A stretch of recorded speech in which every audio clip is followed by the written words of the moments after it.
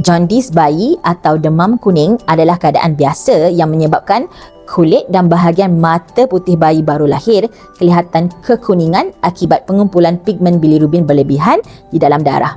Keadaan ini kebiasaannya berlaku pada minggu pertama kelahiran. Mengapa jaundice berlaku? Jaundice berlaku kerana satu, pecahan sel darah merah. Badan bayi menghasilkan dan memecahkan sel darah merah dengan cepat lalu menghasilkan bilirubin. Kedua, keadaan hati yang belum matang. Organ hati bayi yang baru lahir belum cukup berkembang untuk menapis dan menyingkirkan bilirubin melalui najis dengan cepat. Antara risiko lain yang menyebabkan bayi mendapat jaundice adalah ketidakselesaian kumpulan darah ibu dan bayi seperti darah O, kekurangan enzim G6PD atau penyusuan susu ibu yang tidak mencukupi pada hari-hari awal.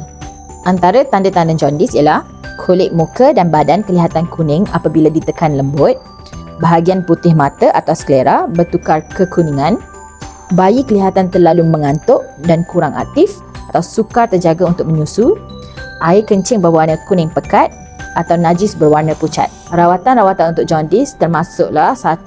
Kerapkan penyusuan. Menyusu bayi 8 hingga 12 kali sehari membantu merangsang pembuangan najis dan kencing bagi menyingkirkan kuning. Kedua, fototerapi atau terapi cahaya. Bayi diletakkan di bawah lampu biru khas di hospital untuk mengubah struktur bilirubin supaya mudah dikumuhkan. Ketiga, exchange transfusion atau transfusi darah. Ini adalah prosedur kecemasan untuk jaundice yang terlalu ekstrim bagi mengelakkan kerosakan otak atau dikenali sebagai kernicterus.